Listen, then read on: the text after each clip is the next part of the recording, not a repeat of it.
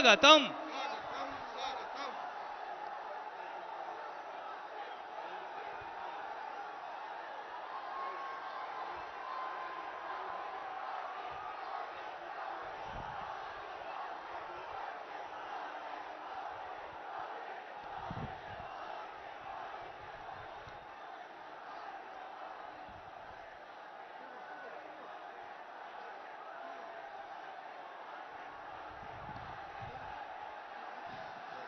এতক্ষণ ধরে আপনারা অধীর আগ্রহে যার জন্য অপেক্ষা করছিলেন, ভারতবর্ষের বিকাশ পুরুষ প্রধানমন্ত্রী নরেন্দ্র ভাই মোদী আমাদের মধ্যে উপস্থিত হয়েছেন। এখন আপনাদের সামনে বক্তব্য রাখবেন পশ্চিমবঙ্গের ভারতীয় জনতা পার্টির সভাপতি সম্মানীয় দিলীপ ঘোষ মহাশয়।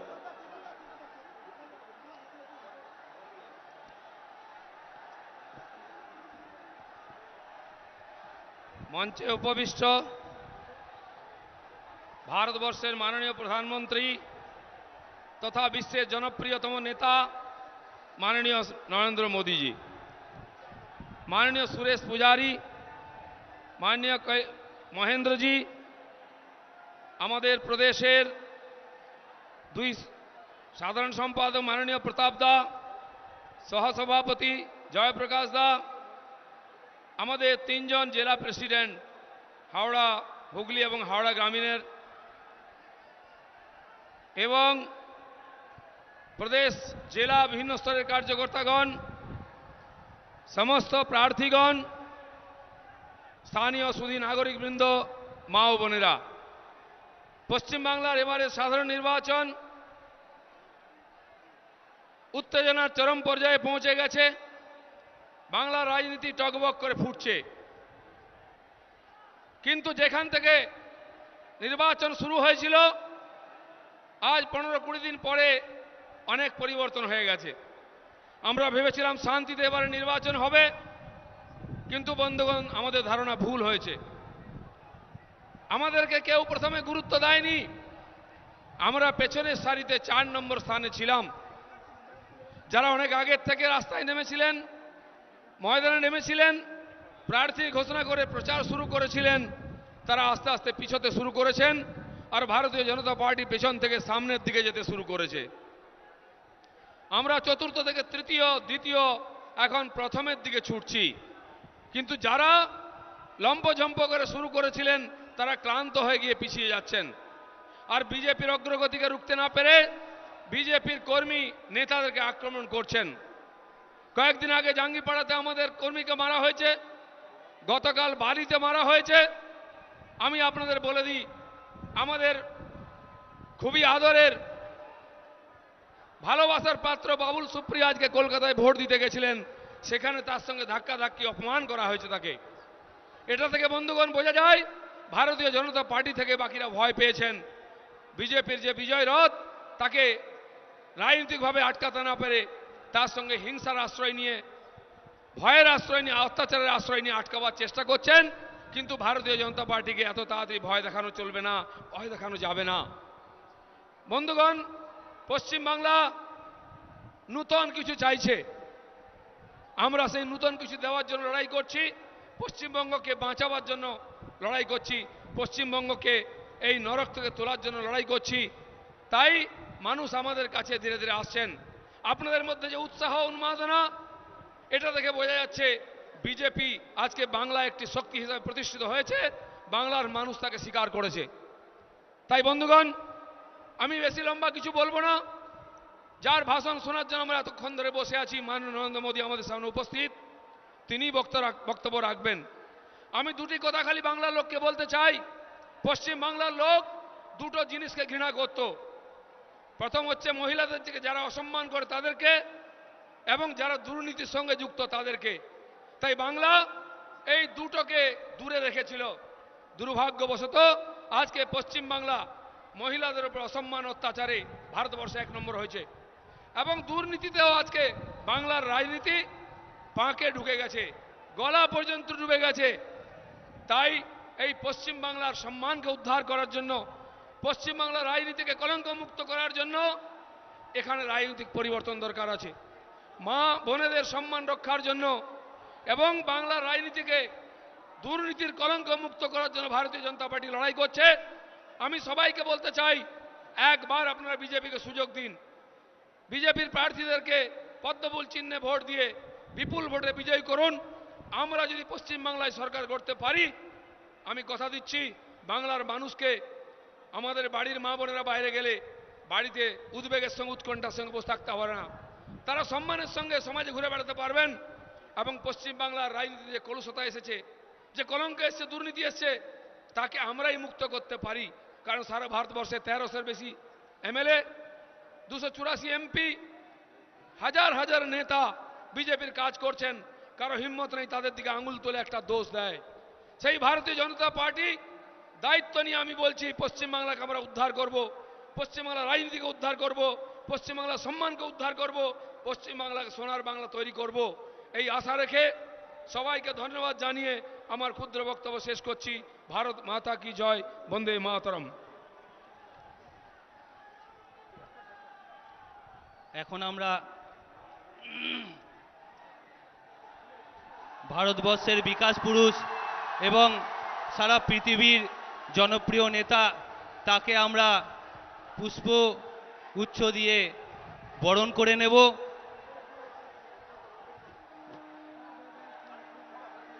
ভারতীয় জনতা পার্টির রাজ্য সভাপতি দিলীপ ঘোষ ফুলের মালা দিয়ে আমাদের প্রধানমন্ত্রীকে বরণ করে নেবেন।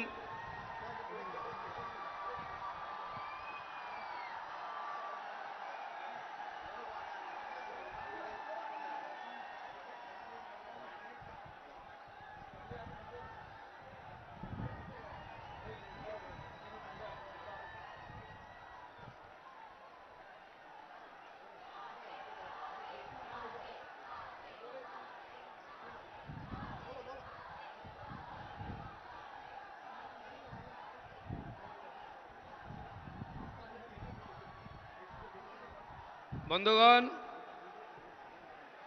আমরা যার জন্য এতক্ষণ অধীর আগ্রহে অপেক্ষা করছিলাম, আমাদের সেই খুবই আপনজন, নিজের জন, যিনি নূতন স্লোগান দিয়ে ভারতকে মাতিয়েছেন, সবকা সাথ সবকা বিকাশ, যিনি সারা বিশ্বে ভারতবর্ষের মাথা উন্নত করেছেন, যাকে দেখলে সারা ভারতবর্ষে অস্ট্রেলিয়া থেকে আমেরিকা ভারত মাতায় কি জয় স্লোগান হচ্ছে, সেই আমাদের ভারতের নয়নের মণি, বিশ্ববিখ্যাত নেতা নরেন্দ্র মোদী আমাদের সামনে বক্তব্য রাখবেন।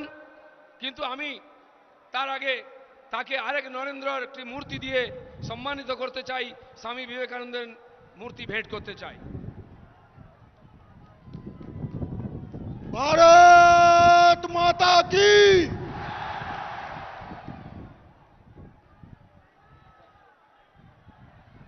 আমি মাননীয় মোদীজিকে তার আশীর্বচন দেওয়ার জন্য অনুরোধ করছি। আপনারা মন দিয়ে বক্তব্য শুনুন।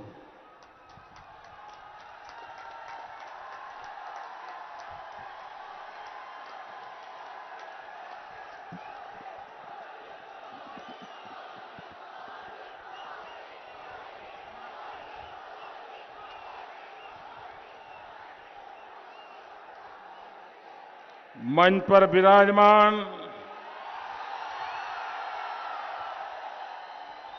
केंद्र में मंत्री परिषद के मेरे साथी, बंगाल का गौरव श्रीमान बाबुल सुप्रियो जी, भारतीय जनता पार्टी के प्रदेश अध्यक्ष श्रीमान दिलीप घोष, उपाध्यक्ष श्रीमान जयप्रकाश मजुमदार, प्रदेश महासचिव श्रीमान प्रताप बैनर्जी, हावड़ा उत्तर से भाजपा के उम्मीदवार और जुझारू नेता बहन रूपा गांगुली, हावड़ा ग्रामीण के जिलाध्यक्ष श्रीमान अनूप मलिक, हुगली के जिलाध्यक्ष श्रीमान भास्कर भट्टाचार्य,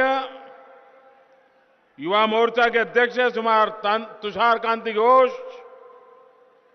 प्रदेश सचिव श्रीमान राजू बनर्जी, श्रीमान देवांचल चटर्जी, हावड़ा मध्य से भाजपा के उम्मीदवार और जनता की सेवा के लिए जाना पहचाना एक नाम, ऐसे हमारे नौजवान साथी श्रीमान संजय सिंह, विशाल संख्या में पधारे हुए हावड़ा के मेरे प्यारे भाइयों और बहनों, नमस्कार। गंगार एक पारे कोलकाता और एक पारे हावड़ा, बांग्लार गौरव हावड़ा, छोटो शिल्पे केंद्र हावड़ा, हावड़ावासी देर आमार शुभेच्छा ओ भालोबासा जानाई।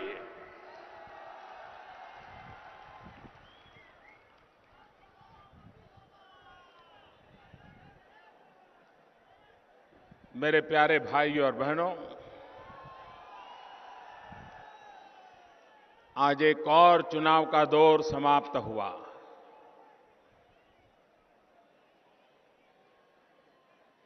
हिंदुस्तान भर में जब चुनाव समाप्त होते हैं तो खबरें आती हैं कि शांतिपूर्ण ढंग से चुनाव पूर्ण हुआ, लेकिन यहां तीनों चुनाव के दौर के बाद खबरें आती हैं कितनों को मारा गया, कितनों को पीटा गया, कितने बूथ लूटे गए। ये सब क्या है? ये घटनाएं उस बात का सबूत है कि दीदी ने पराजय स्वीकार कर लिया है।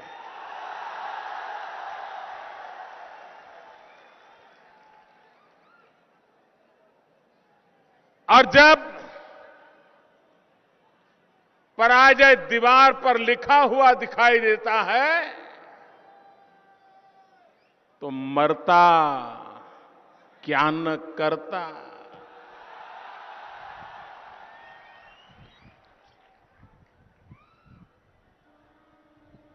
लेकिन दीदी,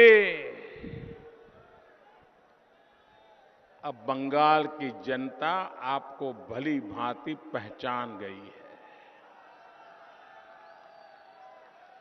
जिस परिवर्तन के लिए बंगाल की जनता ने आपको जी भर करके समर्थन किया, जी भर करके समर्थन किया, वो परिवर्तन आप में देख करके इतनी गुस्साई हुई है, इतनी गुस्साई हुई है कि अब चुन चुन करके साफ कर देगी उन लोगों को जिन्होंने बंगाल को बर्बाद किया।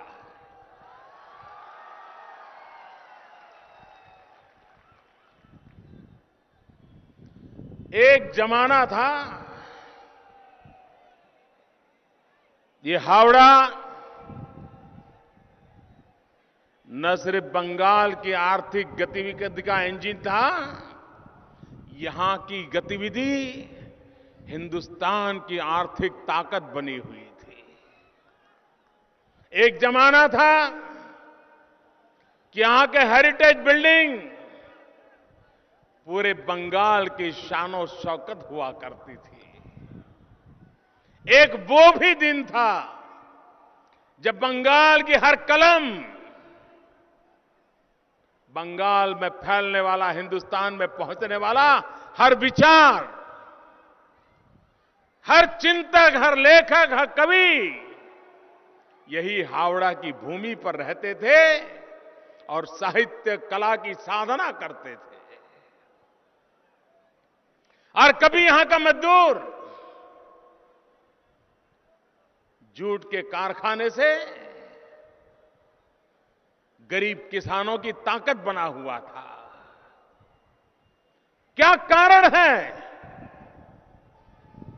ये सब का सब तबाह हो गया। 15वीं शताब्दी में जाएंगे तो जहां हिंदुस्तान का जिक्र आता है, वहां हावड़ा का जिक्र 15वीं शताब्दी में भी देखने को मिलता है।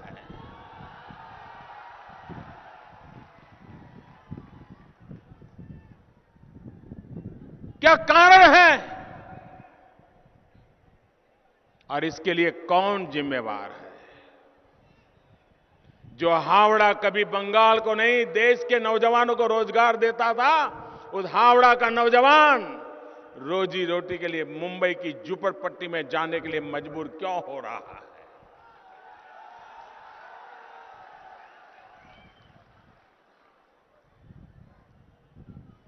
भाइयों बहनों,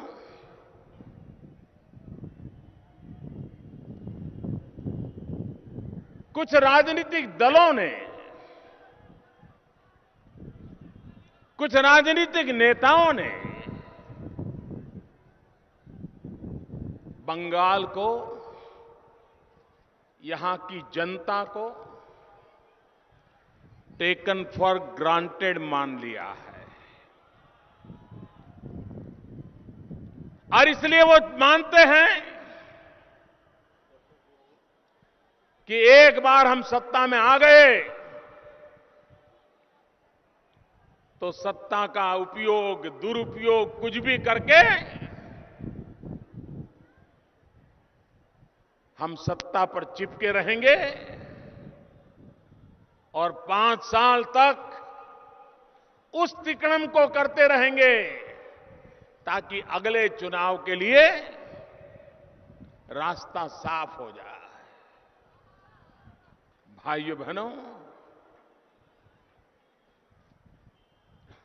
देश ने कभी ऐसा बंगाल नहीं सोचा था। देश ने कभी कल्पना तक नहीं की थी कि मेरे बंगाल की ऐसी भी बर्बादी अपनों ही लोगों के हाथों से हो सकती है। और इस चुनाव के मैदान में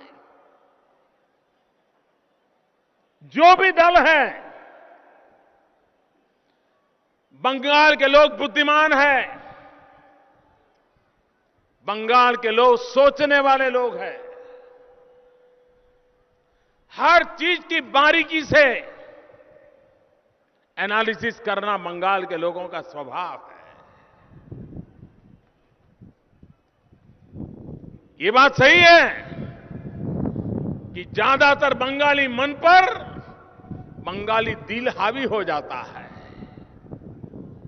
बुद्धि से ज्यादा हृदय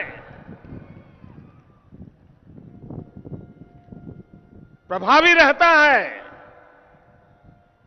भावुकता रहती है, इमोशंस का बल रहता है। लेकिन उसके बावजूद भी बंगाल के बुद्धिजन, 4 राजनीतिक दल यहां मैदान में है। मैं पॉलिटिकल पंडितों से आह्वान करता हूं कि इन 4 राजनीतिक दलों का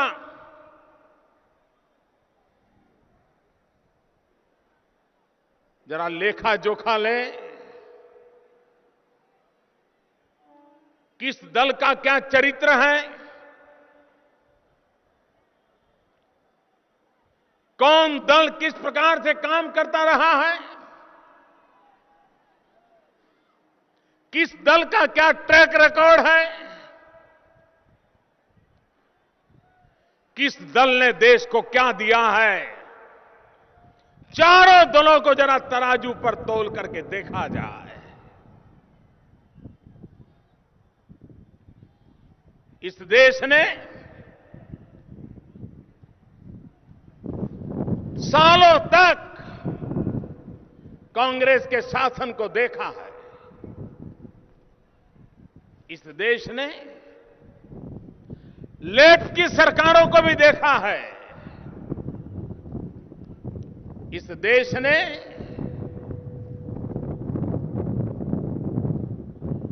प्रादेशिक पक्षों की भी सरकार देखी है। इस देश ने परिवार आधारित, जाति आधारित दल भी देखे हैं और इस देश ने आदर्शों और सिद्धांतों पर काम करने वाली भारतीय जनता पार्टी को भी देखा है, परखा है।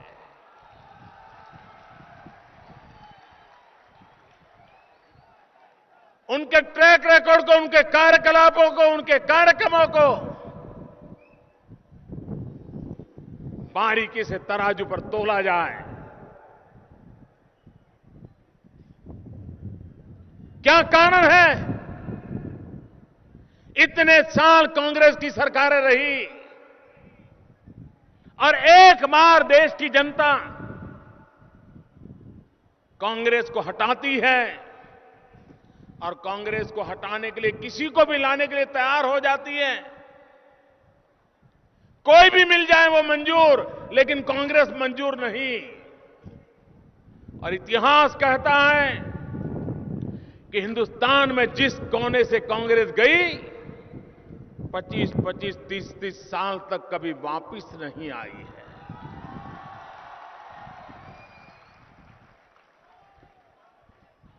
जनता का इतना गुस्सा होता है इनके प्रति कि थोड़ा सा भी कोई मौका मिल जाए तो कांग्रेस वहां कभी लौट करके नहीं आती है। आप पूरे हिंदुस्तान में देख लीजिए, बंगाल से कांग्रेस गई, 4-4 दशक हो गई, बंगाल के लोग उनको वापस घुसने नहीं देते हैं। उत्तर प्रदेश का हाल देखिए, बिहार का हाल देखिए, उड़ीसा का हाल देखिए, गुजरात देखिए, मध्य प्रदेश देखिए। कांग्रेस एक बार जाती है, देश की जनता उन पर इतना गुस्सा करती है कि कभी वापस नहीं आने देती। क्या कारण है कि एक वक्त था 440 सांसदों के साथ संसद में जो लोग बैठते थे और भारतीय जनता पार्टी 2 या 3 बस करके उसका मजाक उड़ाया जाता था, वो दल अपने अहंकार के कारण आज 40 पर आकर के सिमट गया और संसद के एक कोने में नजर नहीं आता।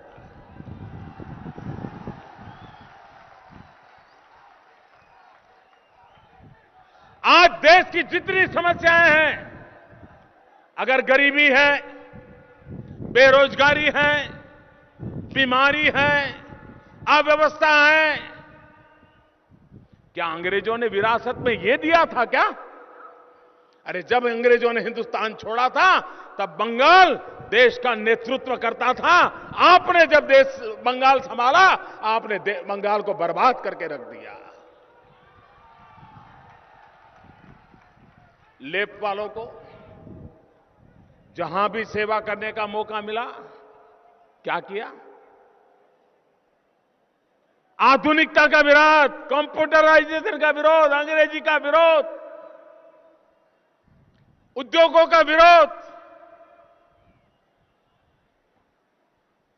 चुनाव जीतने के लिए असामाजिक तत्वों को बढ़ावा देना, रोड बने या न बने, स्कूल खुले या न खुले, अस्पताल हो या न हो, डॉक्टर मिले या न मिले, लोग मरे तो मरे लेकिन राजनीति चलती रहे, यही कारोबार लेखपालों ने किया।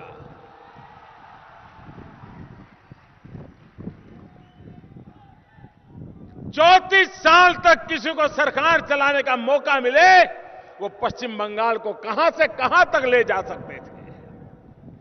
लेकिन भाइयों बहनों, उन्होंने भी वो मॉडल नहीं दिया जो बंगाल का भला कर सके। भाइयों बहनों, हिंदुस्तान ने प्रादेशिक दलों को भी देखा है और एक भारतीय जनता पार्टी देखिए, पूरा ट्रैक रिकॉर्ड देख लीजिए हमारा। बहुत पहले हमें मध्य प्रदेश में सेवा करने का मौका मिला था और उसके बाद लगातार भारतीय जनता पार्टी मध्य प्रदेश में विजयी होती रही। एक जमाना था जब इस देश को कुछ राज्यों को लेकर के बीमारू की परिभाषा में रखा गया था। इस बीमारू की परिभाषा में मध्य प्रदेश का भी नाम था। एम जो था वो मध्य प्रदेश का था। क्या कारण है कि कांग्रेस की सल्तनत के समय मध्य प्रदेश बीमारू राज्य बन गया और भारतीय जनता पार्टी को मौका मिला, आज वो राज्य बीमारू से बाहर आ गया, कृषि क्षेत्र में हिंदुस्तान में नंबर 1 पर पहुंच गया। गुजरात को सेवा करने का मौका मिला। विकास के मॉडल के रूप में, विकास की नई ऊंचाइयों के रूप में देश में गुजरात जाने लगा। अगर राजस्थान में सेवा करने का मौका मिला, छत्तीसगढ़, झारखंड, नक्सलवाद का प्रभाव, माओवाद का प्रभाव, हिंसा, अपराध, निर्दोषों को मौत के घाट उतारना, यही वहां का खेल खेलता था। विकास का नामो निशान नहीं था। भारतीय जनता पार्टी को लोगों ने जी भर करके प्यार दिया। आज छत्तीसगढ़ और झारखंड, जहां अधिकतम ट्राइबल जनसंख्या है, आज विकास की ऊंचाइयों पर पहुंच रहे हैं। पश्चिम बंगाल के लोगों से मैं कहना चाहता हूं, मैं पॉलिटिकल पंडितों से कहना चाहता हूं, मैं बुद्धिजीवियों से कहना चाहता हूं, और हावड़ा बुद्धिजीवियों का एक इलाका है। मैं आपसे आग्रह करता हूं कि सोचिए, ये जितने राजनीतिक दल हैं, इसमें विकास को समर्पित कोई दल है तो उस दल का नाम है भारतीय जनता पार्टी। और इसलिए मैं बंगाल के लोगों से विकास के लिए आशीर्वाद मांगने के लिए आया हूं। हमारे जुझारू साथियों को विजयी बनाने के लिए आपसे वोट मांगने के लिए आया। मैं हैरान हूं, भारत सरकार यहां ईस्ट वेस्ट मेट्रो के लिए प्रपोजल करे, पैसा देने के लिए तैयार हो, लेकिन राजनीतिक कारणों के कारण मेट्रो के प्रोजेक्ट को रोक दिया जाए।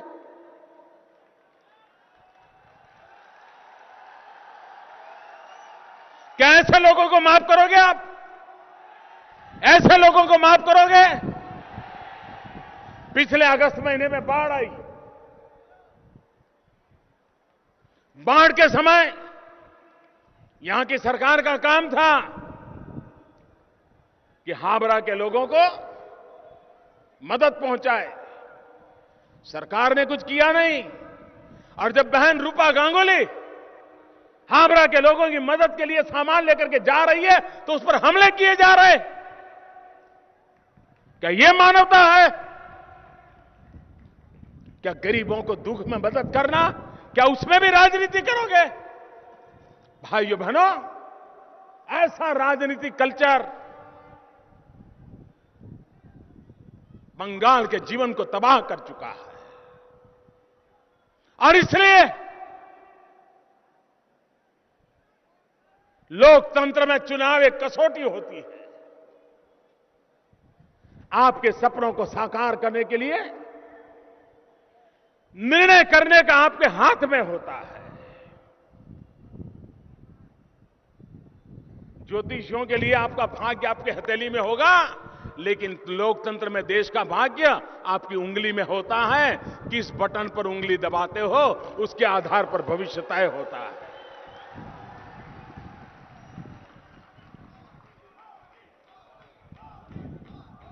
और इसलिए मैं आज हावड़ा की जनता के पास विकास के लिए वोट मांगने के लिए आया। जो गरीबों की बातें करते हैं। पूरे बंगाल में शारदा चिटफंड में सबसे ज्यादा पैसे किसके गए? सबसे ज्यादा पैसे किसके डूब गए? गरीबों के डूबे, और वो भी हावड़ा के इलाके के गरीबों के डूबे। ये शारदा चिटफंड वाले कौन थे भाई? उनका नाता किस राजनीतिक दल के साथ था? किस दल के नेता शारदा चिटफंड के साथ चिपके हुए थे?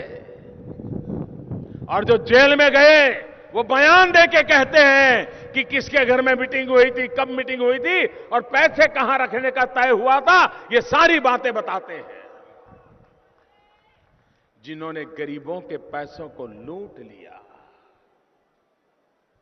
भरोसा देकर के लूट लिया, सपने दिखाए, इतने पैसे रखो, इतने साल में इतने हो जाएंगे, आपकी बेटी बड़ी हो जाएगी, उसकी शादी के समय रुपया आ जाएगा।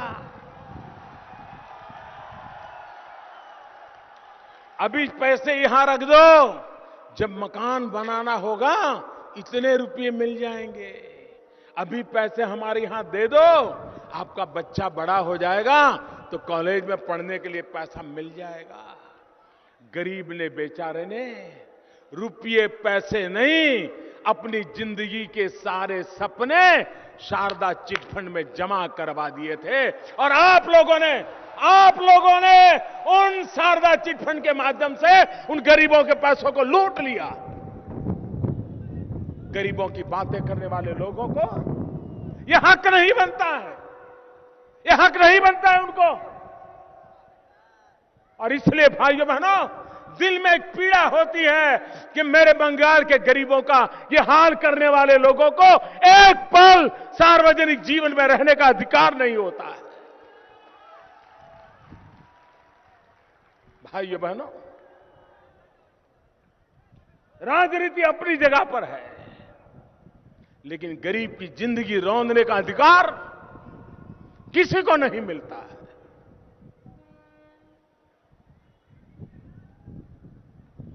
यहां विवेकानंद ब्रिज टूट गया,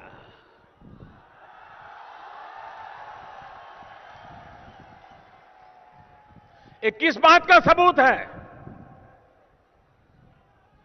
ये ब्रिज टूट गया किस बात का सबूत है दोस्तों? ये भ्रष्टाचार का जीता जागता सबूत है कि नहीं है? ये भ्रष्टाचार की साक्ष्य बन के टूटा पड़ा है कि नहीं पड़ा है? इसने निर्दोषों की जान ली है कि नहीं ली है?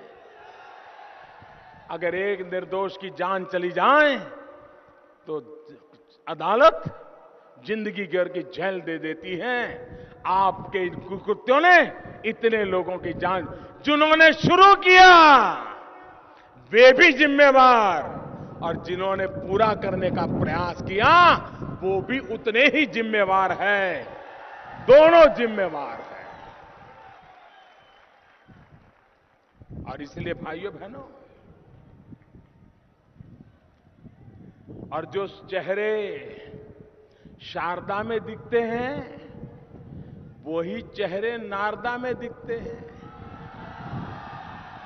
जो चेहरे नारदा में दिखते हैं वही चेहरे विवेकानंद ब्रिज के हादसा में दिखते हैं। शारदा हो, नारदा हो या भयंकर हादसा हो, ये यही चक्के बक्के के लोग हैं जिन्होंने आपकी जिंदगी के साथ खेला है। और इसलिए मेरे भाइयों बहनों, और मैं तो हैरान हूं दीदी, मुझे दुख तो इस बात का हो रहा है कि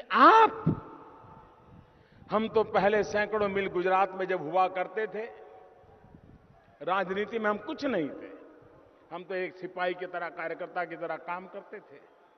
लेकिन अखबार में जब दीदी संघर्ष कर रही हैं देखते थे, पुलिसों से जूझ रही है देखते थे, तो ऐसा लगता था कि हाँ, एक कोई महिला है जो कुछ करना चाहती है।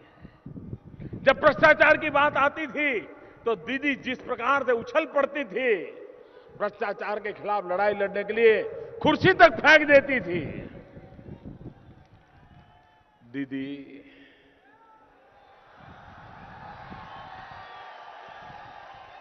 ऐसा परिवर्तन कैसे हो गया?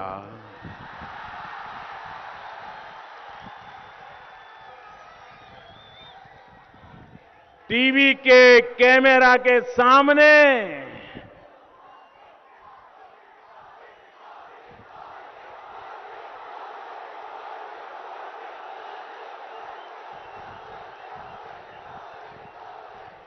टीवी कैमरा के सामने कितना लाए हो? अच्छा, लाओ लाओ। और ऐसे कुर्ते में रख देते हैं। टीवी पे देखा कि नहीं देखा आपने? और चेहरा कितना भोला भाला था। ऐसा लगता था ये तो रोज की आदत वाले लगते हैं। दुनिया भर के उपदेश सुनाना, पूरी संसद को सलाह देना और जेब में रुपये देना।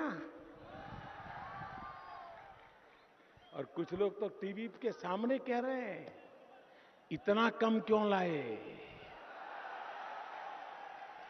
तो कहता है दूसरे थोड़े दिन के बाद दूंगा। तो कहते हैं कि जल्दी करना। एक और कह रहा है कि भाई मुझे तो दिया लेकिन थोड़ा उनको भी दे दो, थोड़ा संभालना पड़ेगा। ये मिल बांट करके खाते हैं, मिल बांट करके खाते हैं। भाइयों बहनों, ये रुपये किसके हैं?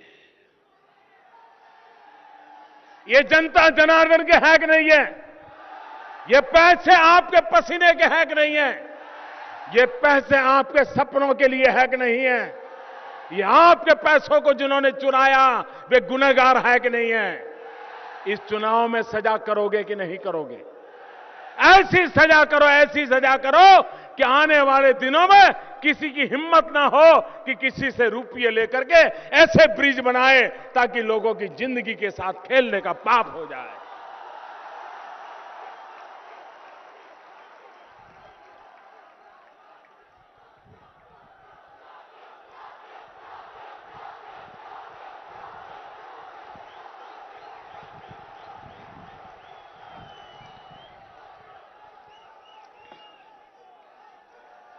भाइयों बहनों,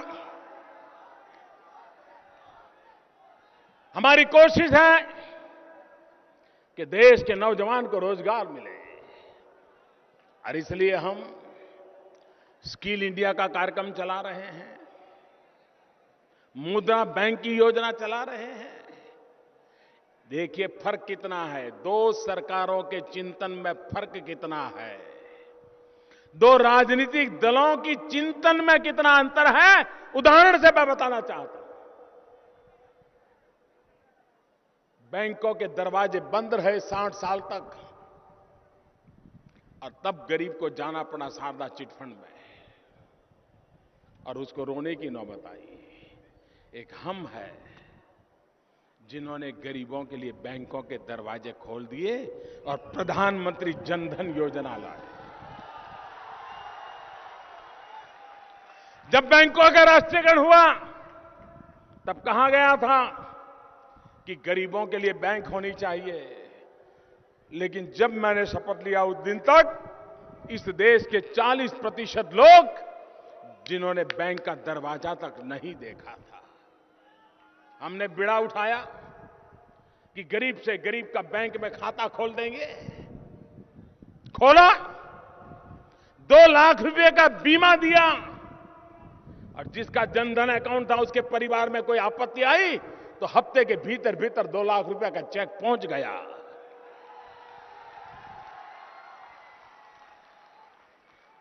हमने प्रधानमंत्री मुद्रा योजना लाई। हमारा गरीब कपड़े बेचता हो, बर्तन बेचता हो, अखबार बेचता हो, नाई हो, कुम्हार हो, खिलौने बनाने वाला हो, मिठाई बनाने वाला हो, चाय बेचने वाला हो, पकोड़े बेचने वाला हो, उसको अगर पैसों की जरूरत पड़े, 5,000 रुपए की भी जरूरत पड़े तो उसे साहूकार के पास जाना पड़ता था। मेहनत करके पेट भरने वाले इंसान को, चाहे ऑटो रिक्शा चलाता हो, टैक्सी चलाता हो, बैंकों में खाते नहीं खुलते थे, बैंक उसको पैसे देने को तैयार नहीं थे। बड़े बड़े धन वाले बैंकों को लूट करके भाग जाए, उसकी तो चिंता नहीं थी, लेकिन एक गरीब पैसे मांगे तो बैंक के दरवाजे बंद रहा करते थे। हमने मुद्रा योजना लाई और बिना गारंटी ये छोटे छोटे काम करने वाले लोग अगर बैंक से लोन मांगते हैं तो मेरी सरकार ने बैंक से लोन देने का दरवाजा खोल दिया। उसे साहूकार के यहां जाना बंद हो गया, ब्याज के चक्कर में वो मर रहा था, मरना बंद हो गया, साहूकार से मुक्त हो गया। और भाइयों बहनों, इतने कम समय में 3 करोड़ 30 लाख से ज्यादा लोगों को 1.25 लाख करोड़ रुपयों से ज्यादा रुपए हमने दे दिए। और वो आज खुद का तो रोजगार चलाता है, एक आध नौजवान को रोजी रोटी भी देता है। आपके लिए मॉडल है शारदा चिट फंड, हमारे लिए मॉडल है प्रधानमंत्री मुद्रा योजना, जो गरीब से गरीब को पैसे सरकार देती है और ब्याज के चक्कर से मुक्ति दिलाती है।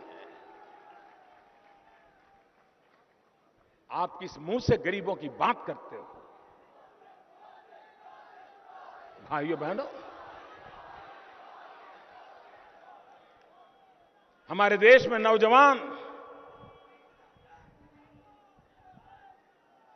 रोजगार के लिए, सरकारी नौकरी मिल जाए उसके लिए तड़पता है।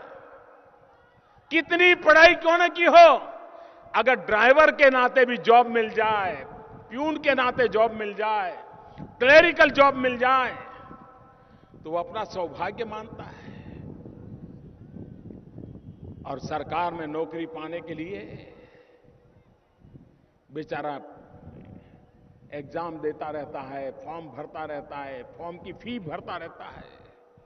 और अगर इंटरव्यू का कॉल आ गया तो उसको ये चिंता नहीं होती है कि इंटरव्यू के लिए कब जाना है, कहां जाना है, टिकट निकालनी है। उसको ये चिंता रहती है, वो सोचता है, हर किसी को पूछता है कि मेरा इसमें इंटरव्यू आया है, किसकी सिफारिश काम आएगी, कौन मुझे नौकरी दिलवा सकता है। और कोई आकर के मिल जाता है, वो कहता है कि तेरी नौकरी पक्की 50,000 देना पड़ेगा, तुझे इंटरव्यू में पास करा दूंगा। और हर गली मोहल्ले में ऐसे दलाल घूमते रहते हैं भाई।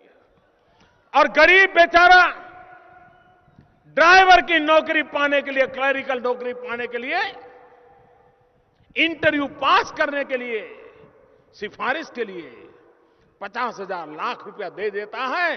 कभी मां के गहने गिरवी रख देता है, कभी पिताजी की कोई प्रॉपर्टी है तो गिरवी रख देता है।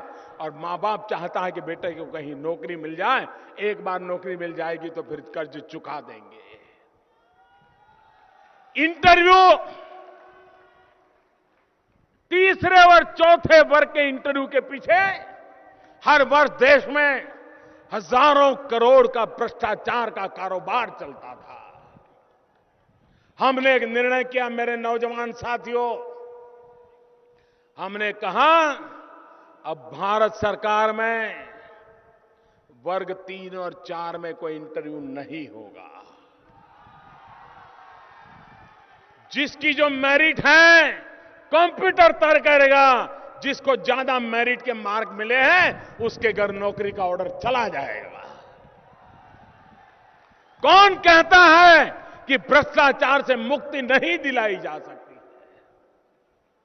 हमने किया। अरे एक समय था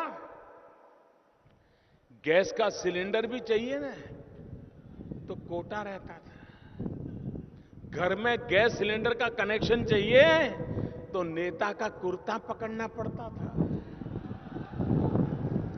50 बार एमएलए एमपी के घर जाना पड़ता था कि साहब एक गैस का सिलेंडर का कनेक्शन दिलवा दो ना, और वो कहता था इतना देना पड़ेगा, या उसको मिलो वो करवा देगा, और फिर दलाल अपना निकाल देता था। क्या गरीब को गैस का कनेक्शन मिलना चाहिए कि नहीं मिलना चाहिए? क्या गैस का चूल्हा ये लग्जरी है क्या? भाइयों बहनों, पिछले 1 साल में आजादी के 70 साल होने रहे हैं। 1 साल के भीतर भीतर इस देश में 1 करोड़ गरीब परिवारों को कभी भी गैस का कनेक्शन नहीं दिया गया। हमने पिछले साल दे दिया। भाइयों बहनों, जब चुनाव आता है ना, तो ये गरीब की माला जपते हैं। गरीब गरीब गरीब गरीब गरीब गरीब गरीब गरीब गरीब गरीब गरीब गरीब गरीब गरीब गरीब गरीब गरीब गरीब गरीब करता रहता है। लेकिन उनके एक भी काम में गरीबों के जीवन में बदलाव के लिए कुछ नजर नहीं आता है। उनकी गरीबी वोट बैंक को एड्रेस करने के लिए होती है, गरीब को ताकतवर बनाने के लिए नहीं होती है। हमने तय किया, और आपको जानकर के दुख होगा मेरे भाइयों बहनों, जब गरीब मां अपने घर में बच्चों का पेट भरने के लिए लकड़ी का चूल्हा जला करके खाना पकाती है, तो विज्ञान कहता है कि उस मां के शरीर में 400 सिगरेट का धुआं जाता है। 400 सिगरेट का धुआं, एक दिन में 400 सिगरेट का धुआं अगर उस गरीब मां के शरीर में जाता है तो उसकी तबीयत का क्या हाल होता होगा, उसके बच्चों का क्या हाल होता होगा। और ऐसी मेरी करोड़ों करोड़ों माताएं बीमार हो तो मेरी भारत माता कैसे बीमारी से मुक्त हो सकती है। इसलिए हमने एक बड़ा बीड़ा उठाया है।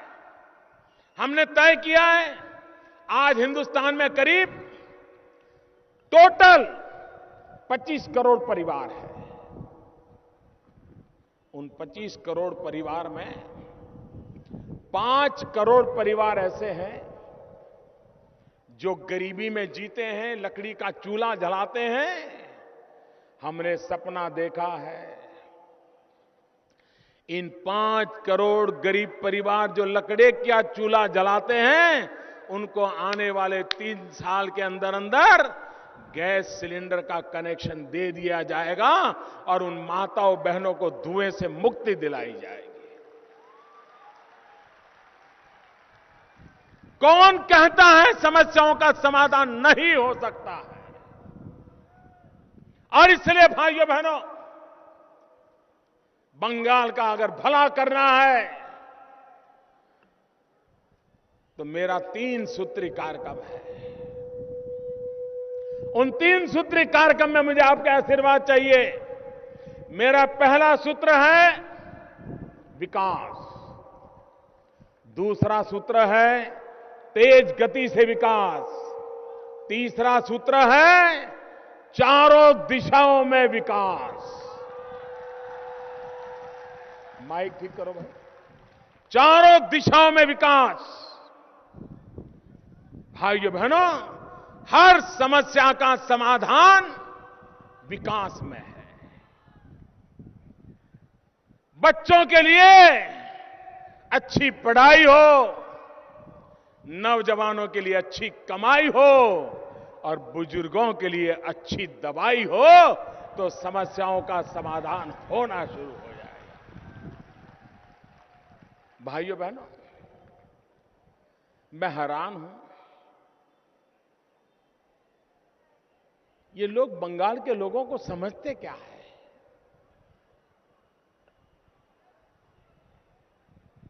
मैं हैरान हूं। ये कांग्रेस वाले, लेफ्ट वाले बंगाल के लोगों की आंख में धूल झोंक रहे हैं। आप 5 साल पहले जब चुनाव हुआ, जरा कांग्रेस के नेताओं के भाषण देख लीजिए, पुराने निकाल के। लेफ्ट को ऐसी गालियां दी हैं, लेफ्ट को ऐसी गालियां दी हैं और कह रहे बंगाल की बर्बादी का कोई एक जिम्मेवार है तो लेफ्ट वाले हैं। ये कांग्रेस के भाषण हैं। और इस चुनाव में देखिए परिवर्तन,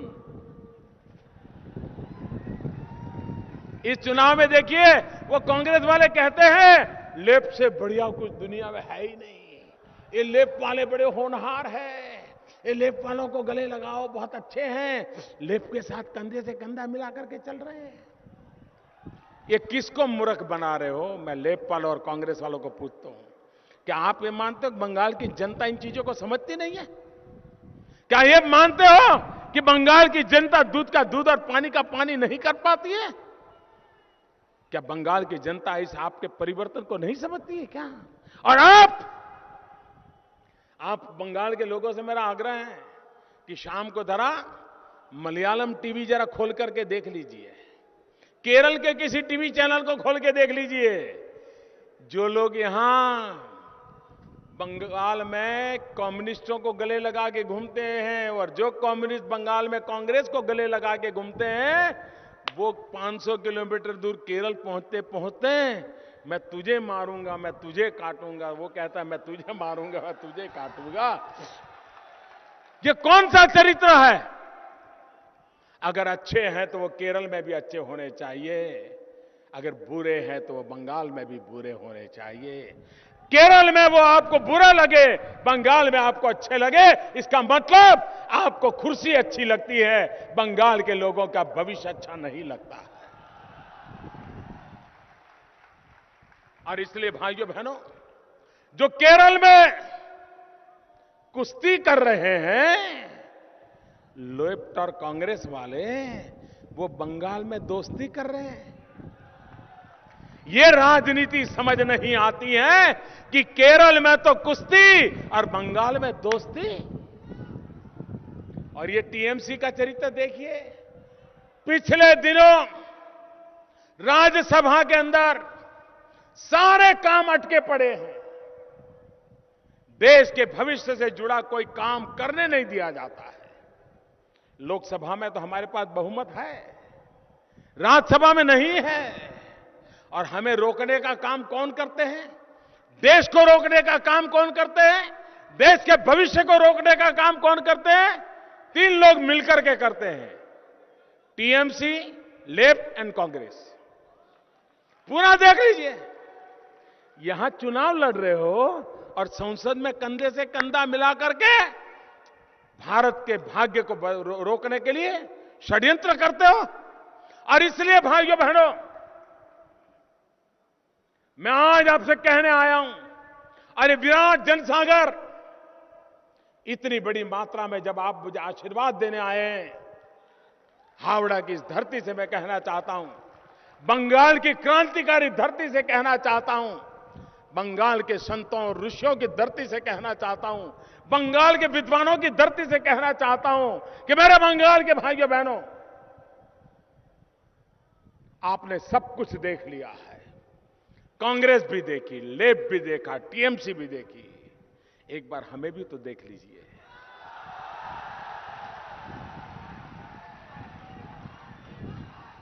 एक बार हमें भी तो सेवा करने का अवसर दीजिए। हम आपके सुख दुख के साथ ही रहेंगे, हम कंधे से कंधा मिला करके आपके साथ चलेंगे। भाइयों बहनों, अब चुनाव अपने आखिरी दौर की ओर आगे बढ़ रहा है